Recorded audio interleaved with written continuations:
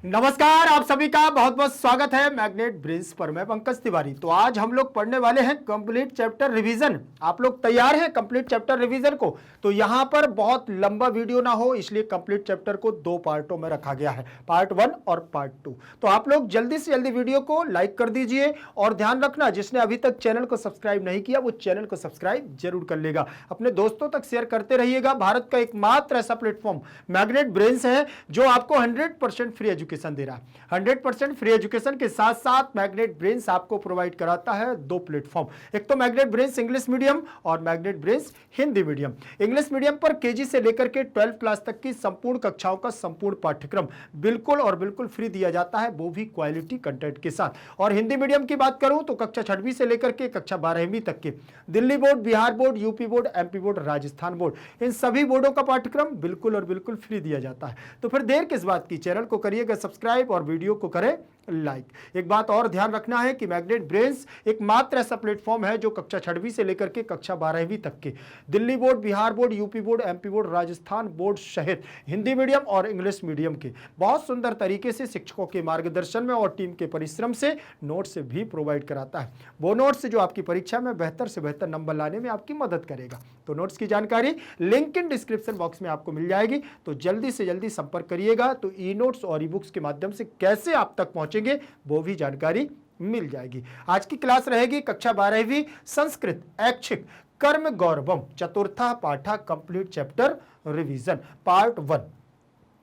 चलिए, यहां पर हम लोग पाठ के परिचय को पढ़ेंगे। अब मैंने इसको दो पार्टों में इसलिए कर दिया है क्योंकि इसमें 13 से 14 हमारे श्लोक हैं, तो इन श्लोकों को एक साथ करेंगे तो बहुत लंबा हमारा वीडियो हो जाता है। तो इसको अपन लोग क्या करेंगे, दो पार्टों में छोटे रूप में पढ़ लेंगे, जल्दी से भी हो जाएगा। ध्यान रखें, पाठ का परिचय दिया हुआ है आपका कर्म योग।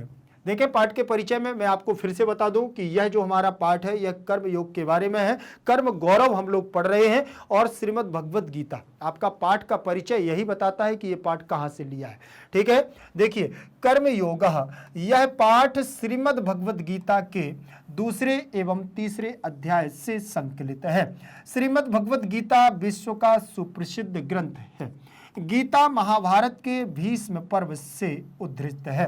मतलब ये भी आपको एक चीज स्पष्ट हो गई है कि जो श्रीमद् भगवद गीता हम लोग पढ़ते हैं यह कहां से ली गई है, महाभारत के भीष्म पर्व से। महाभारत का विभाजन पर्वों में है, समझ में आ गया। महाभारत का जो ग्रंथ है हमारा, महाभारत महाकाव्य है, उसका जो विभाजन है, जो उसके खंड हैं, वो उसका पार्टीशन किसमें है, पर्वों में है। इसलिए ध्यान रखना, भीष्म पर्व है जैसे सभा पर्व है, ठीक है, तो इसी पर्व में आपको देखना है, भीष्म पर्व से उद्धृत है। इसमें फिर इसके बाद 18 अध्याय है। इसमें कितने अध्याय हैं, 18 अध्याय हैं और टोटल हमारे 700 श्लोक इस गीता में रखे गए हैं तथा 18 प्रकार के योग का वर्णन भी है। इसमें 18 प्रकार के योग का वर्णन भी है। समस्त योगों में कर्म योग श्रेष्ठ है, समस्त योगों में कर्म योग श्रेष्ठ है और मनुष्य कर्म करने के लिए संसार में आया है।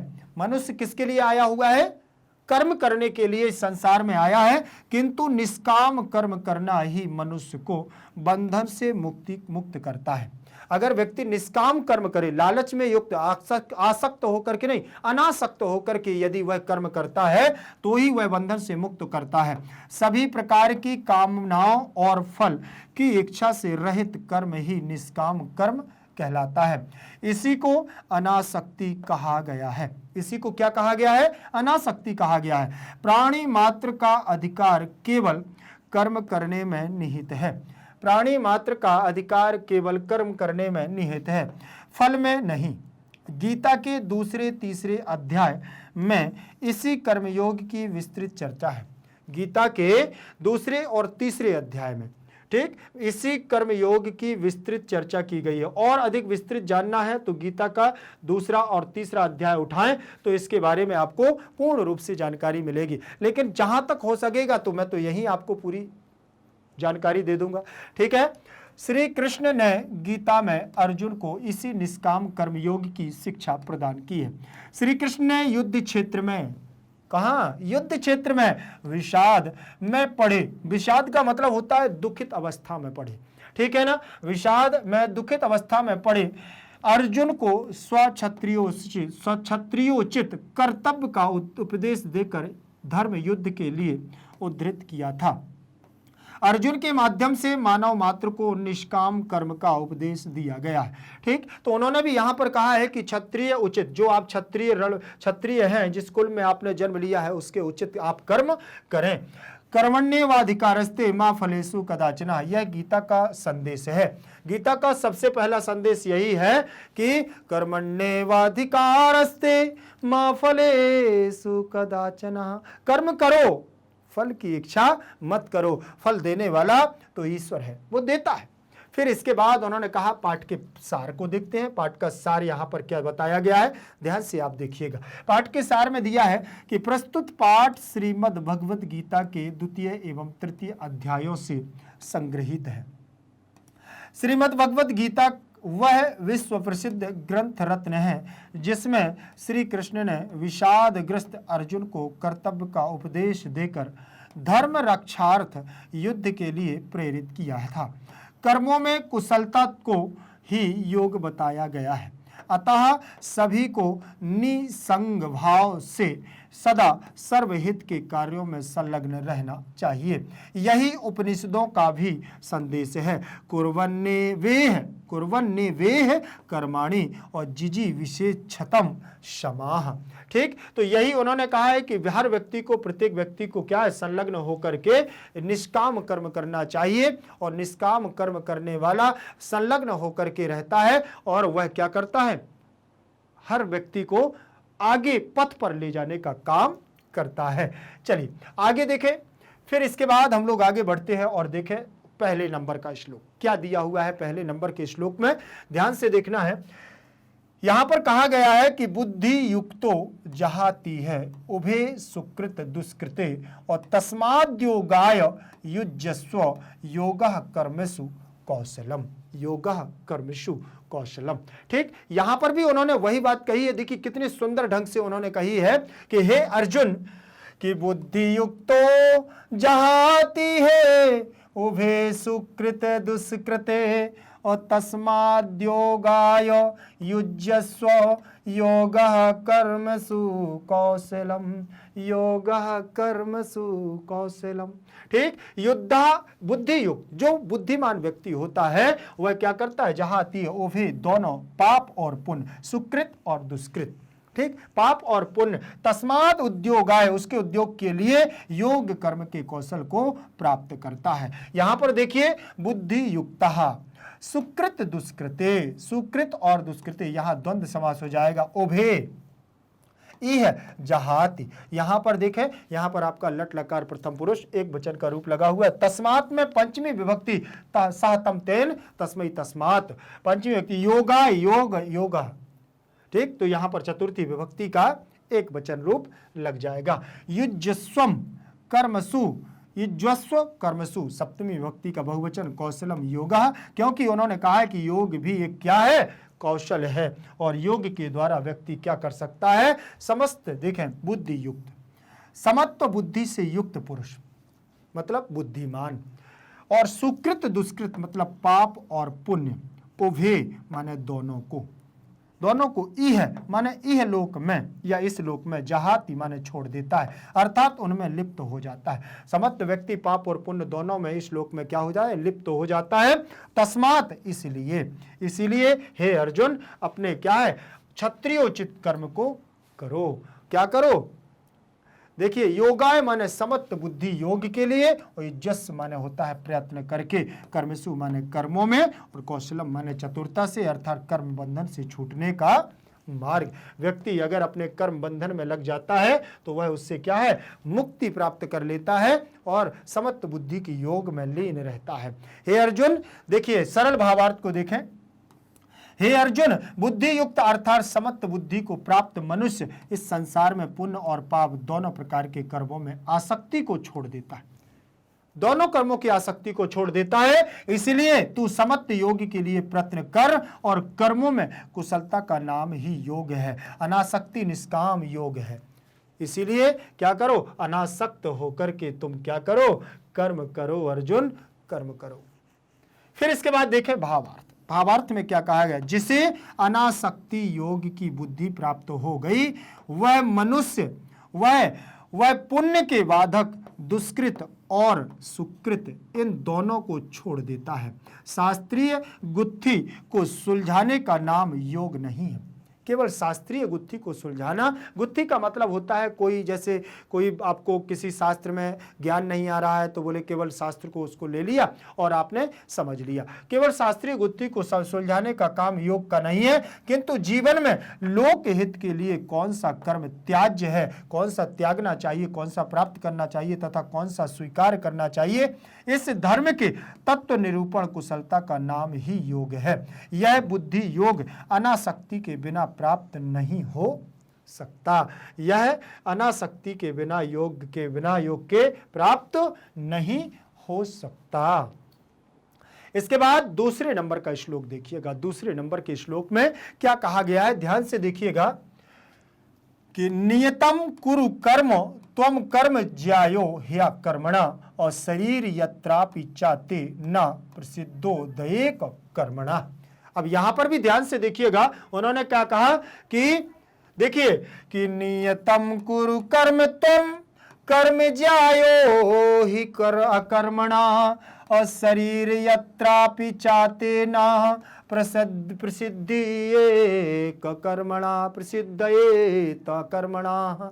फिर यहां पर उन्होंने कहा कि निरंतर कर्म कर, व्यक्ति को निरंतर कर्म में लगा रहना चाहिए और निरंतर कर्म करने वाला ही व्यक्ति क्या है, परमात्मा को प्राप्त कर लेता है, प्रसिद्धि को प्राप्त कर लेता है।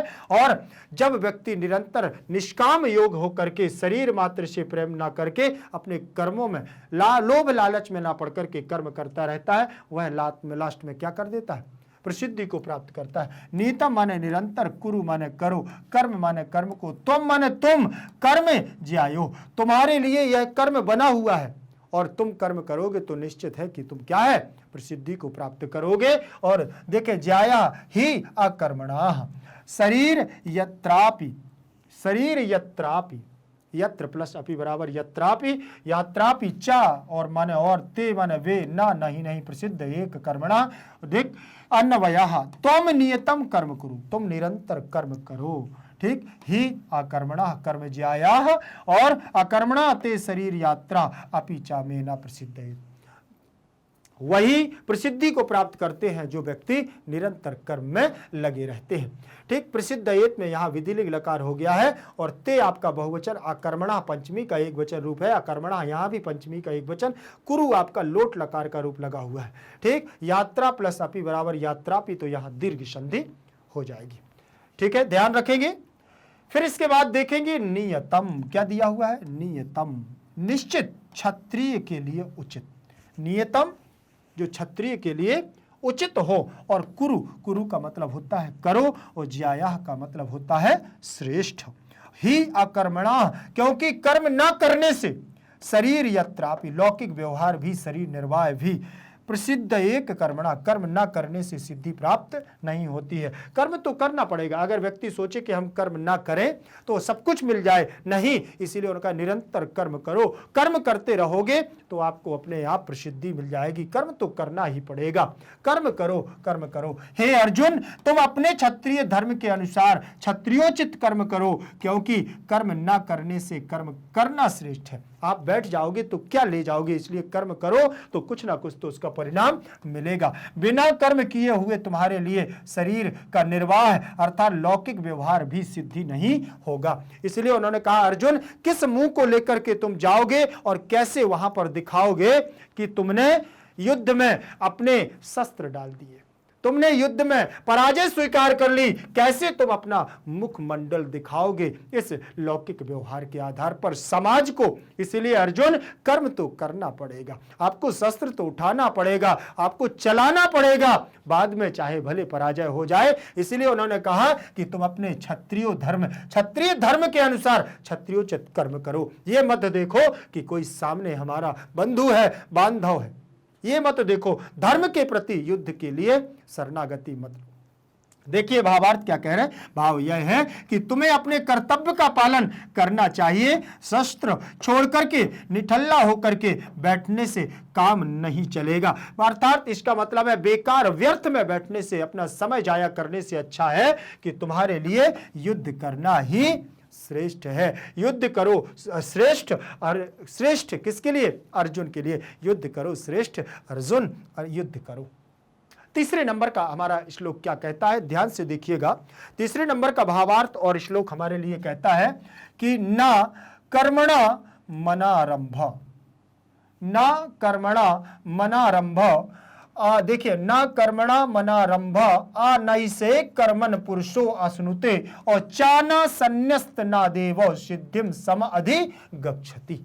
यहां पर भी उन्होंने वही कह दिया कि ना कर्मणा मनारंभो अनैस कर्मन् पुरुषोऽश्नुते और नाचा संन्यस्त ना देवो सिद्धिम सम अधिगच्छति, सिद्धिम सम अधिगच्छति।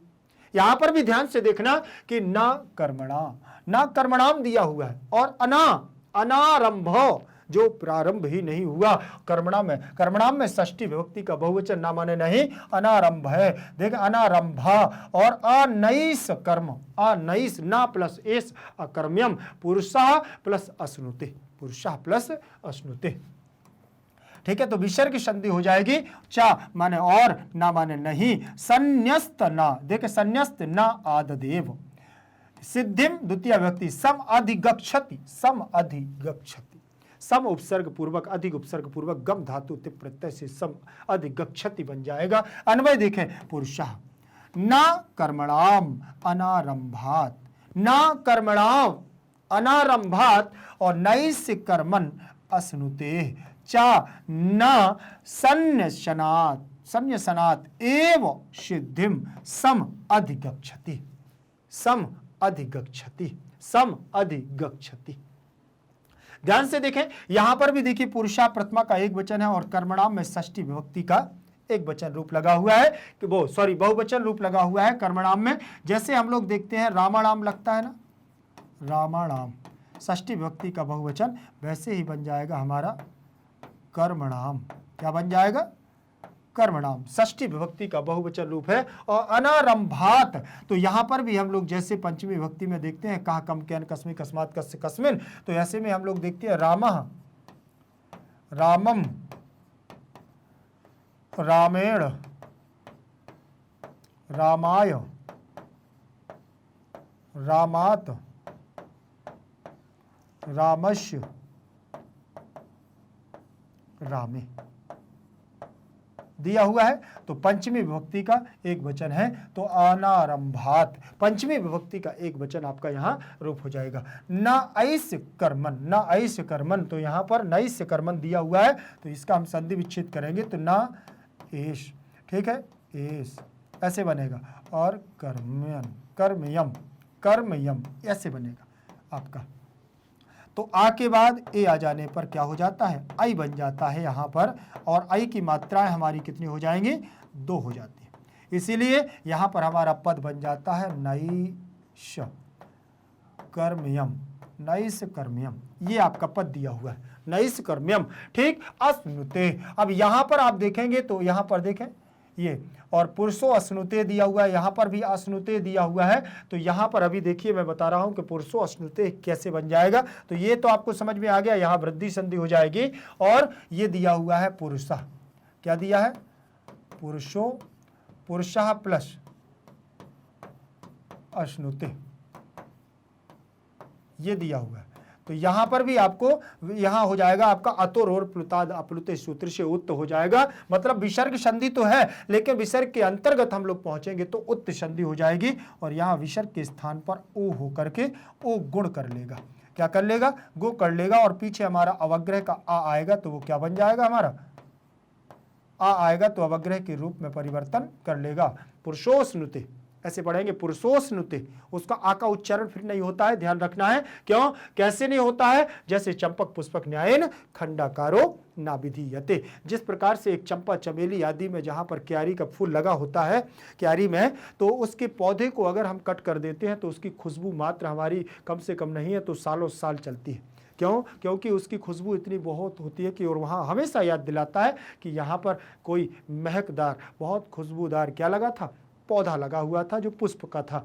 उसी प्रकार से ये जो आ बना होता है ये खुशबू मात्र के लिए होता है, जो उच्चारण करता है उसको मालूम होता है कि यहाँ आकार है और सामने वाले को सुनाई नहीं देता है। पुरुषोस्नुते, इसको पढ़ेंगे हम पुरुषोस्नुते, ठीक। और वैसे इसको अलग अलग करेंगे तो पुरुषा प्लस अस्नुते ऐसे बन जाएगा। यहां पर भी संन्यास नात और एव, तो यहां पर भी तागबो दे हो गया तो व्यंजन संधि यहां पर हो जाएगी। और सिद्धिम में द्वितीय विभक्ति लगी हुई है।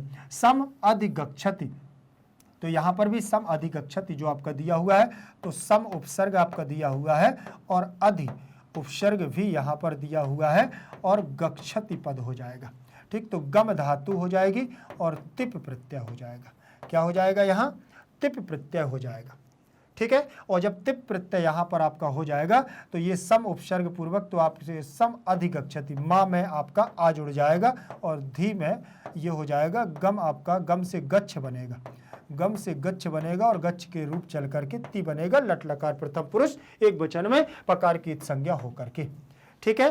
तो ये आपका रूप बन जाएगा, ठीक है। समझ में आ गया ना। फिर इसके बाद उन्होंने, देखो ध्यान से देखना, और ये दिया हुआ है हमारा अनारंभात। क्या दिया हुआ है? अनारंभात, आरंभ किए बिना और आरंभ ना करने से, आरंभ किए बिना और आरंभ ना करने से। नैस कर्मन का मतलब निष्कर्मता को, मतलब जो कर्म को नहीं करता उस कर्म को, निष्कर्मता को प्राप्त नहीं करता। अश्नुते माने प्राप्त करना। और सन्य सनात का मतलब होता है छोड़ देने से। सिद्धिम का मतलब होता है सफलता को। और सम अधिगच्छति का मतलब होता है प्राप्त करता है। सम अधिगच्छति का मतलब क्या होता है? प्राप्त करता है। इसके बाद ध्यान से आप देखिएगा, इसमें क्या दिया हुआ है? मनुष्य ना तो, क्या लिखा है? मनुष्य ना तो कर्मों का आरंभ किए बिना निष्कर्मता को प्राप्त करता है और ना कर्मों को त्यागने मात्र से ही भगवत साक्षात्कार रूप सफलता को प्राप्त करता है। भगवत साक्षात्कार रूप सफलता को प्राप्त करता है। भावार्थ देखिए, कवि क्या कहता है कि भाव यह है कि कर्मों का बिल्कुल ही नहीं, कर्मों का बिल्कुल ही ना करना अथवा मध्य में ही छोड़ देना, दोनों ही स्थितियां उचित नहीं होती हैं, अपितु कर्तव्य कर्म अनासक्ति भाव से अवश्य करना चाहिए। उन्होंने सीधा सीधा ये कह दिया है कि यदि हम कर्म नहीं करते हैं तो भी हमारे लिए बहुत बेकार है, और यदि हम कर्म को कर लेते हैं तो हमारे लिए सबसे अच्छा है। और वो भी हमारा कर्म कैसा होना चाहिए? अनासक्ति भाव से। अनासक्ति भाव से अवश्य रूप से किया गया कर्म हमें सफलता की ओर ले जाता है, ठीक। अर्थात बिल्कुल ही ना करना, तो जो उन्होंने अर्जुन के लिए कहा है कि अर्जुन कर्म तो करना पड़ेगा। अगर आप यहां से चले जाओगे तो आप समाज में अपने मौलिक अधिकार, मौलिक व्यवहार के आधार पर आप क्या अपना ये जो आप मुखमंडल लेकर के जा रहे हो, तो एक कैसे अपने व्यवहार समाज को दिखलाओगे कि मैंने शस्त्र डाल दिए युद्ध क्षेत्र में, शस्त्र डाल दिए। हे अर्जुन, इसीलिए काम की स्थितियों को उचित नहीं है, अपितु कर्तव्य कर्म अनासक्ति भाव से अवश्य करना चाहिए। चलिए, इसके बाद हम लोग चलेंगे और चौथे नंबर को श्लोक को देखेंगे। यहां पर क्या कहा गया है चौथे नंबर के श्लोक में कि ना ही कश्चित क्षणमपि जातो तिष्ठति अकर्म कृत और कार्यते ही अवश्य कर्म सर्वः प्रकृति जनैः जैः गुणैः, जैः गुणैः। तो यहां पर भी ध्यान से देखना, यहां पर अर्जुन के लिए क्या संदेश दिया गया है कि नाही कश्चित क्षणमपि जातो, नाही कश्चित क्षणमपि जातो तिष्ठति अकर्म कृतो और कार्यते ही अवशः कर्म सर्वः प्रकृति जय ही गुणैः, ठीक। यहां पर भी उन्होंने कहा ना ही कश्चित क्षणमपि, कोई क्षण मात्र के लिए अगर व्यक्ति ये सोच लेता है मुझे कर्म नहीं करना, मुझे ये कार्य नहीं करना है, क्षण भर के लिए भी अगर वो सोचता है तो वो गलत सोचता है, क्योंकि उन्होंने कह दिया है आकर्म कृत कार्यते ही आवश्यः कर्म सर्वै प्रकृति जयी गुणैः, अर्थात प्रकृति के द्वारा जन्मे गुणों के द्वारा व्यक्ति वशीभूत होता है, ना चाहने पर भी उसको कर्म करना पड़ता है। और इसीलिए व्यक्ति हमेशा अपने कर्मों में क्या रहता है, संलग्न रहता है अर्जुन, और व्यक्ति को कर्म करना ही पड़ता है। अगर क्षत्रिय कुल में जन्म लिया है तो तुमको शस्त्र उठाकर के युद्ध क्षेत्र में रणभूमि में जाना ही पड़ेगा, तुमको अपना कर्म करना ही पड़ेगा। यदि तुम रणभूमि में अपने शत्रु से पराजित होकर के जाते हो तो समाज में किस प्रकार से अपने इस मुख के दर्शन दोगे।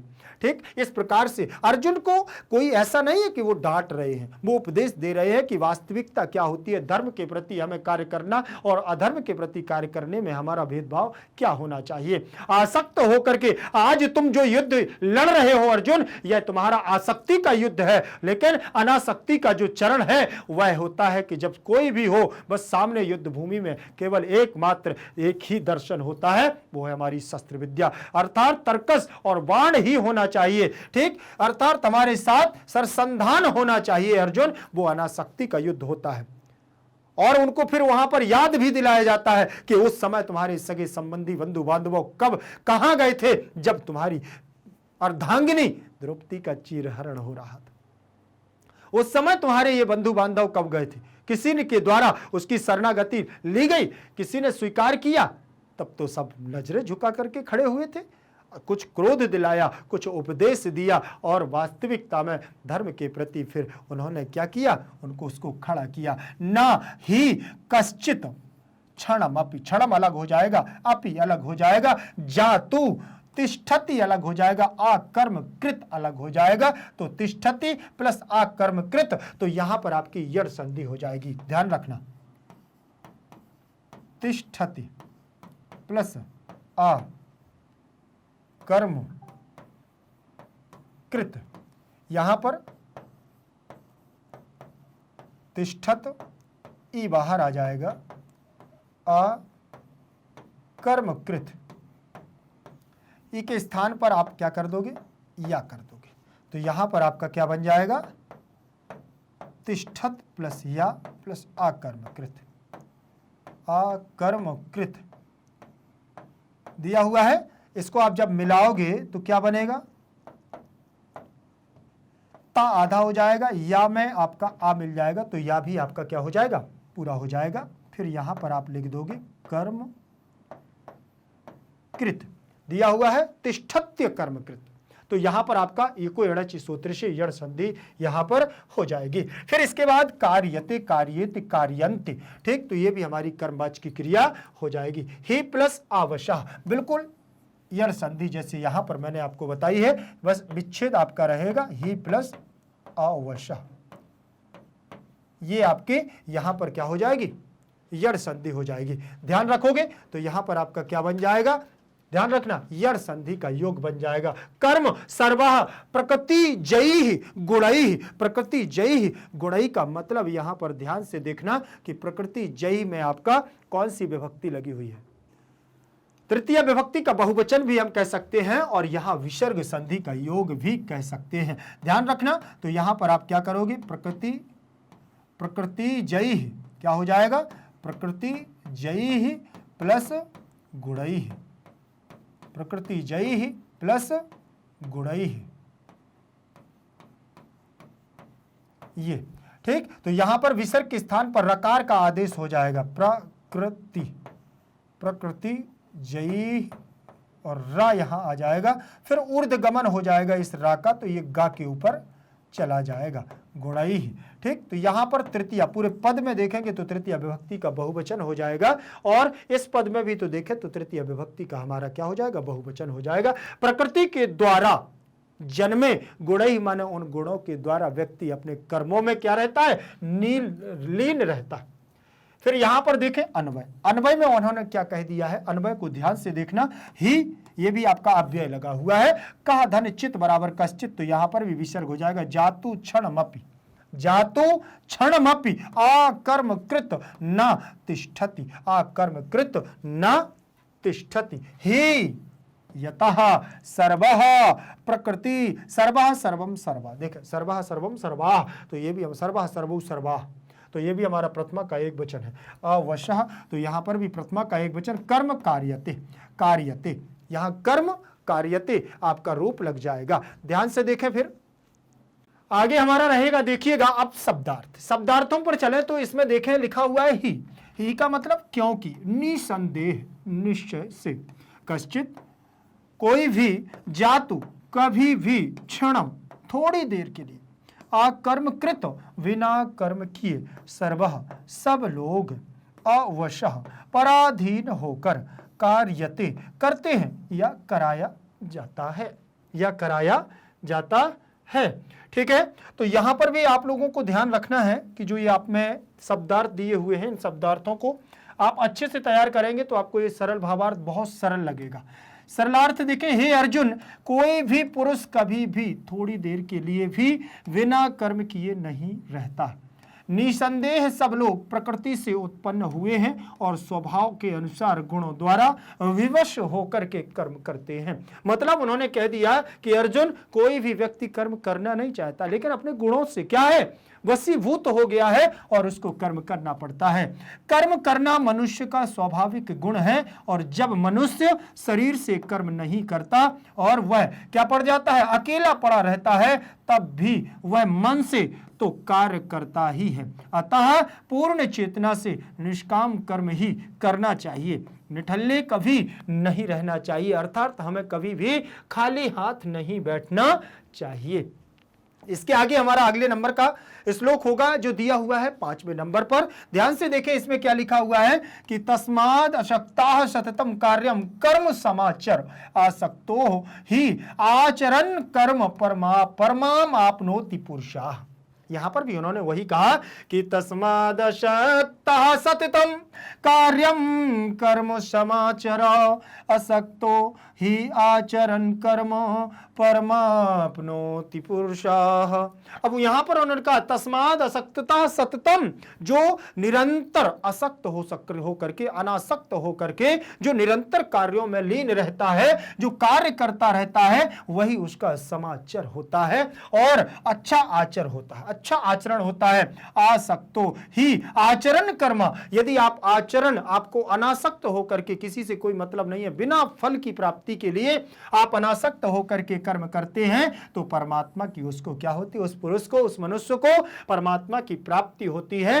हे अर्जुन, यहां पर भी देखें तस्मात् में पंचमी विभक्ति आसक्ता, ठीक, तो यहां पर भी हमारा क्या है, आसक्ता का मतलब किसी में हमें आसक्त ना होना, अर्थात माया मोह के बंधन से विरक्त हो करके। सततम का मतलब निरंतर, कार्यम को मतलब कार्य को, कर्म माने काम, और समाचरः समाचर, आसक्ता ही आचरण कर्म, यहां पर भी आपकी यण संधि हो जाएगी। क्या हो जाएगी, यण संधि हो जाएगी।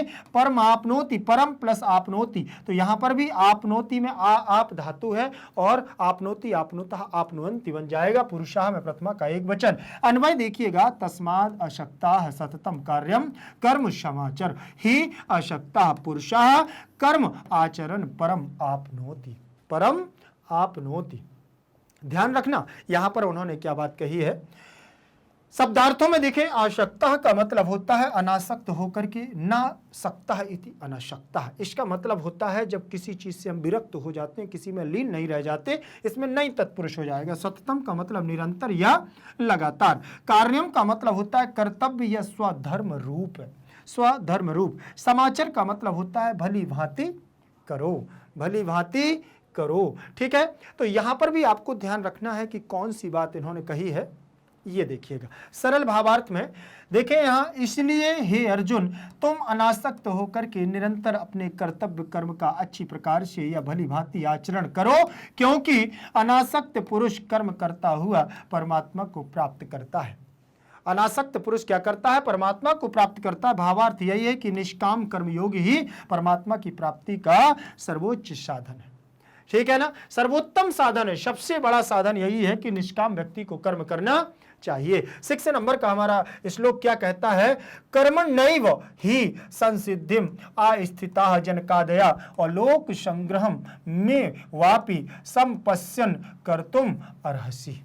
देखिए यहां पर भी उन्होंने कहा है कि श्री कृष्ण अर्जुन से कहते हैं कि कर्मणैव हि संसिद्धिम आस्थिता जनकादयः लोक संग्रहम एवापि संपश्यन्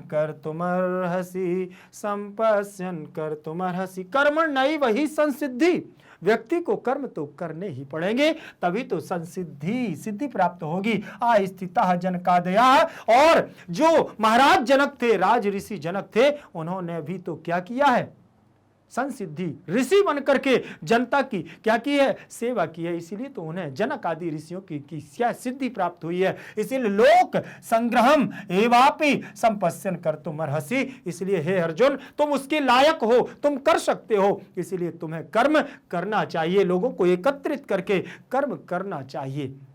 यहां पर भी कर्मणः प्लस एव, तो यहां वृद्धि संधि हो जाएगी, कर्मणा प्लस एव बराबर कर्मणैव, तो आ और ए मिलकर के आई बन जाएगा। ठीक, ही माने यहां पर ही हमारा अव्यय लगा हुआ है, संसिद्धिम अलग हो जाएगा, आस्थिता अलग हो जाएगा, जनक आदि बराबर जनकादयः।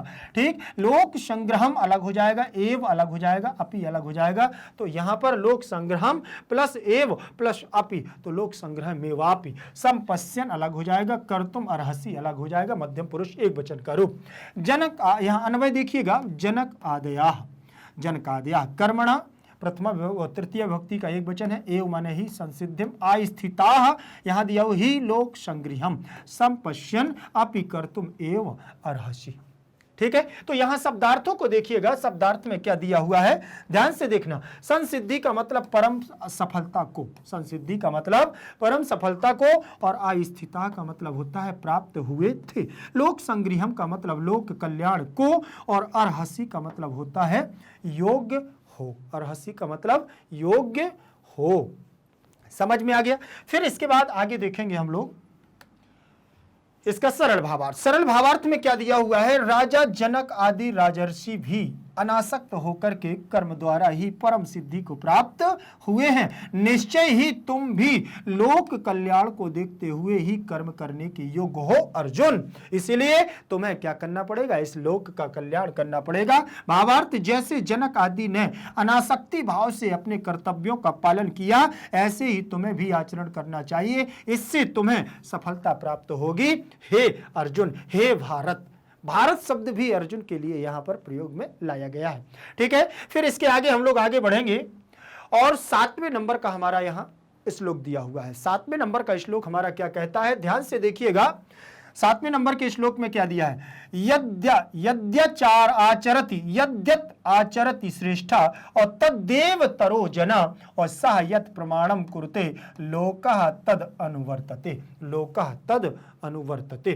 ठीक, तो यहां पर भी ध्यान रखना कि क्या कहते हैं कि यद्यत आचरति श्रेष्ठा तद्देव तरो जनः सह यत् प्रमाणम कुरुते लोका तद अनुवर्तते, लोका तद अनुवर्तते। यद आचरति श्रेष्ठा, जो श्रेष्ठ व्यक्ति होता है, जो विद्वान व्यक्ति होता है, जैसा आचरण करता है अर्जुन, श्रेष्ठ व्यक्ति जैसा आचरण करता है, तत् देवो तरो जनः, फिर क्या है, जनः मन व्यक्ति, मनुष्य, मानव, वैसे ही उसका आचरण अनुगमन करता है, उसका अनुपालन करता है। इसलिए यत् प्रमाणम कुरुते, इसलिए तुम्हें प्रमाण करना पड़ेगा, प्रमाणित लोकः तदः अनुवर्तते, ऐसा कर्म करो अर्जुन कि लोग तुम्हें अपना मार्गदर्शक माने, लोग तुम्हारे अनुसरणों पर चलना चाहें। इसीलिए श्रेष्ठ व्यक्ति जैसा कर्म करता है, लोग उसी का अनुसरण करते हैं। ध्यान रखें, यद्यत अलग हो जाएगा, आचरति अलग हो जाएगा, आचरति, आचरता, आचरंती, तो लट लकार प्रथम पुरुष एक वचन का रूप हो जाएगा। श्रेष्ठा, यहां पर आपकी विसर्ग संधि हो जाएगी, श्रेष्ठा में प्रथमा का एक वचन हो जाएगा, विसर्ग के स्थान पर विसर्जनीय से सा सूत्र से सा हो जाएगा, और तद वे तरो, वे तरह हो जाएगा, मतलब यहां पर भी आपकी विसर्ग संधि हो जाएगी, पीछे व्यंजन वर्ण होने की वजह से विसर्ग के स्थान पर ओ हो गया।